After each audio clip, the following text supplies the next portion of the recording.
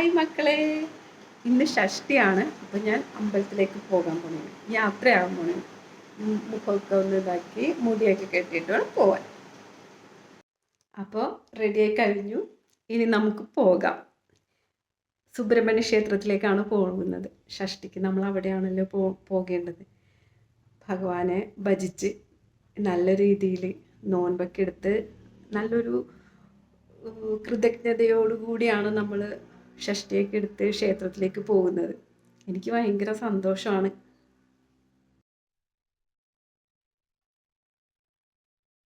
അപ്പോൾ പോയിട്ട് വരാം.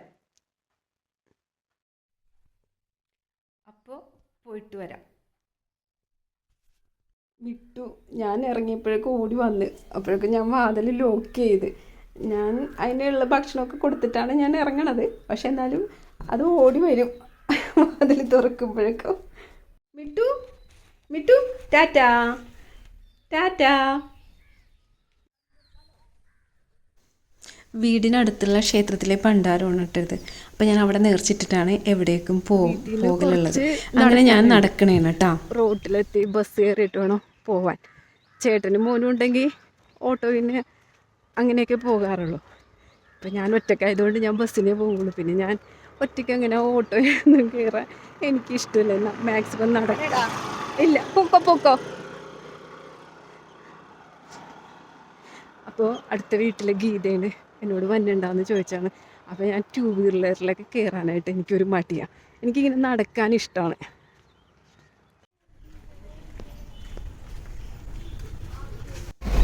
നടന്ന് അങ്ങനെ ബസ് സ്റ്റോപ്പിലെത്തി.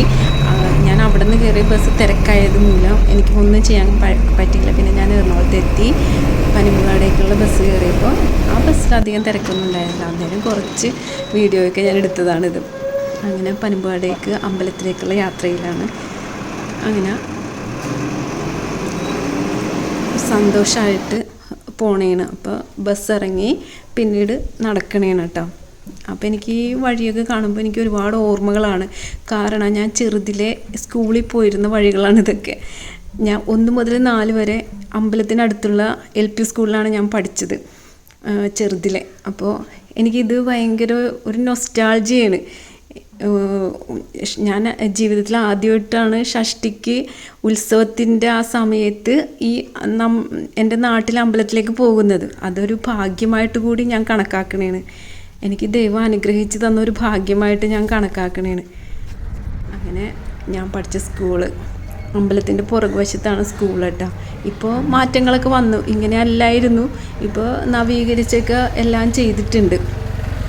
പിന്നീട് ഞാൻ ക്ഷേത്രത്തിലേക്കുള്ള ഗേറ്റിലോട്ട് നടക്കണേണ്. അപ്പോൾ തോരണങ്ങളൊക്കെ കൊണ്ട് അലങ്കരിച്ചിട്ടുണ്ട്. പിന്നെ നല്ല ഭംഗിയാണ് കാണാനായിട്ട്. പുഴയരികിലാണ് ഈ ക്ഷേത്രം. അത് നല്ലൊരു പോസിറ്റീവ് എനർജിയാണ്. പിന്നീട് ഞാൻ അമ്പലത്തിൻ്റെ അകത്തേക്ക് കയറുന്നതിന് മുമ്പായിട്ട് എൻ്റെ ബാഗും കൂടെയും അവിടെ വെച്ചിട്ടാണ് ഞാൻ അമ്പലത്തിലോട്ട് പോയത്. അവിടെ എന്ന് വെച്ചാൽ ക്ഷേത്രത്തിൻ്റെ ഓഫീസ് റൂമിൻ്റെ ഫ്രണ്ടിലായിട്ടാണ് ഞാൻ വെച്ചത്. എന്നിട്ട് ഞാൻ അമ്പലത്തിലേക്ക് പോയി. അപ്പം ഞാൻ ചെല്ലുന്ന സമയത്ത് ഭഗവാനെയും കൊണ്ട് പറയെടുക്കാനായിട്ട് പോയിരിക്കുന്ന ടൈമായിരുന്നു. പിന്നെ അത് മാത്രമല്ല, അമ്പലത്തിൽ ശീവേലി നടന്നുകൊണ്ടിരിക്കണമായിരുന്നു.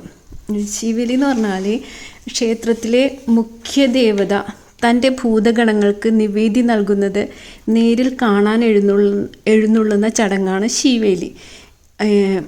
ശ്രീബലി അല്ലെങ്കിൽ ശ്രീഭൂതബലി എന്ന പദമാണ് ശരിയായ വാക്ക്. അത് കാലാന്തരത്തിൽ ലോപിച്ച് ശീവേലിയായി മാറി.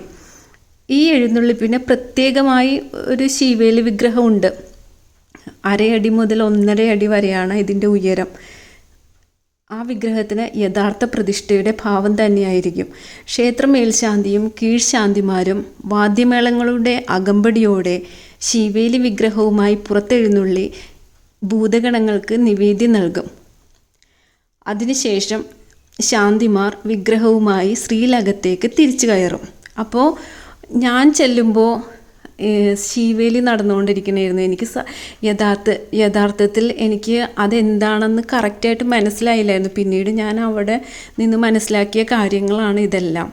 അപ്പോൾ അതിൽ പങ്കെടുക്കുന്നത് വളരെ ഐശ്വര്യദായകമാണ്. ഐശ്വര്യം വർദ്ധിക്കുന്നതിന് വേണ്ടിയാണ് ശീവേലി അമ്പലങ്ങളിൽ നടത്തുന്നത്.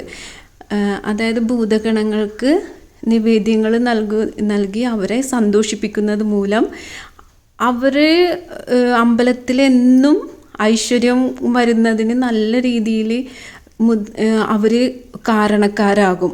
അതായത് ഭഗവാനെ സംരക്ഷിച്ചുകൊണ്ട് ഭഗവാൻ അങ്ങനെ ക്ഷേത്രൈശ്വര്യം മേൽക്കുമേൽ അഭിവൃദ്ധിയിലേക്ക് വരും. പിന്നെ നമ്മളിത് കാണുന്ന നമ്മൾക്കും അഭിവൃദ്ധി ഉണ്ടാകും, ഐശ്വര്യം ഉണ്ടാകും.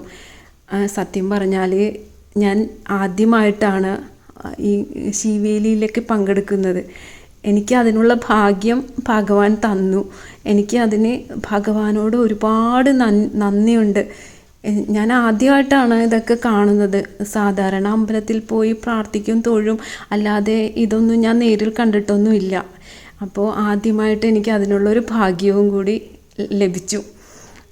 അപ്പോൾ ഒരുപാട് എനിക്ക് സന്തോഷമായി. പിന്നെ ആ സമയത്ത് നമ്മുടെ ശാന്തിമാരുടെ, മേൽശാന്തിയുടെയും കീഴ്ശാന്തിമാരുടെയും പിന്നെ താളമേളങ്ങൾ, ചെണ്ട, എല്ലാ താളവാദ്യങ്ങളും ഉണ്ടാകും ഇതിന്.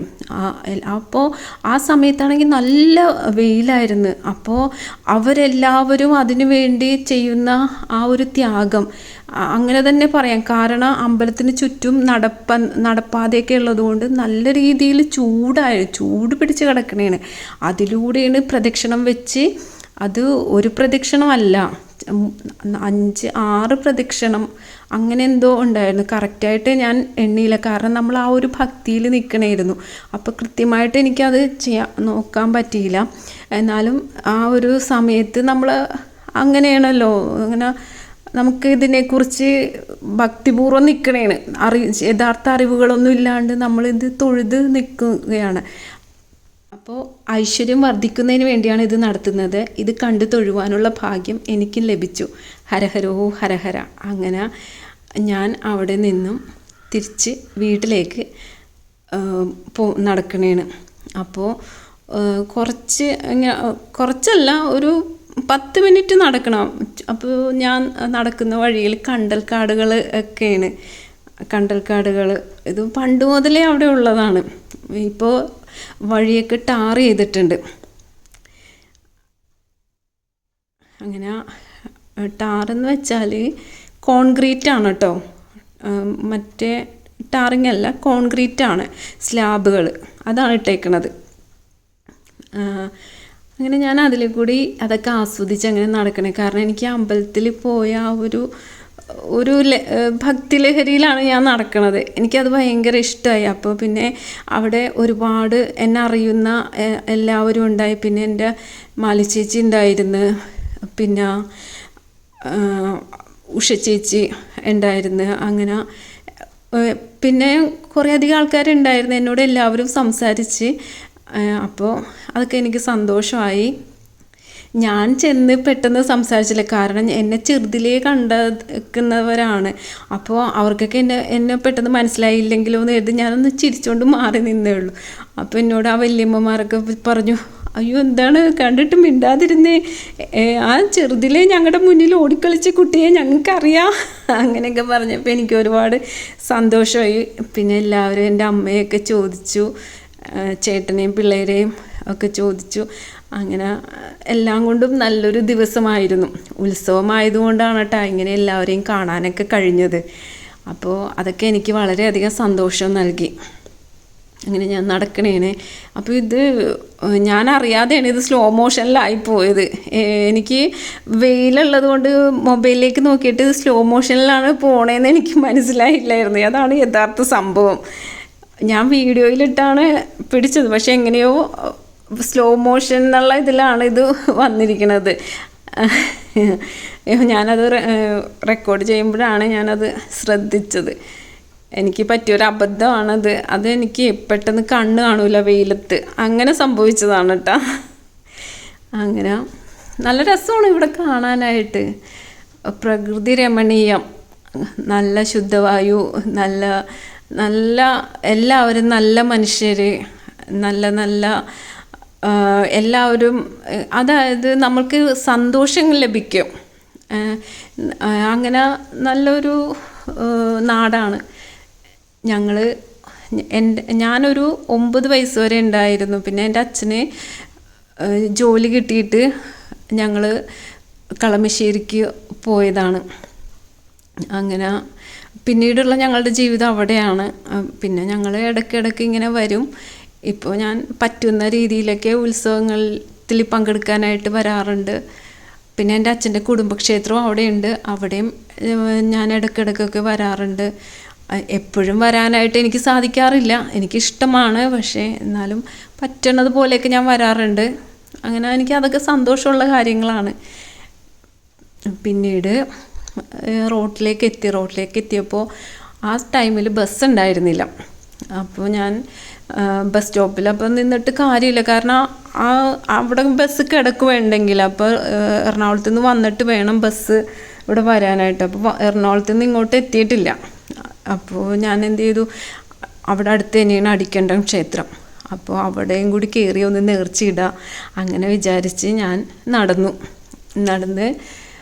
അങ്ങനെ അടിക്കണ്ടം ദേവി ക്ഷേത്രത്തിൽ നേർച്ചയിട്ടു.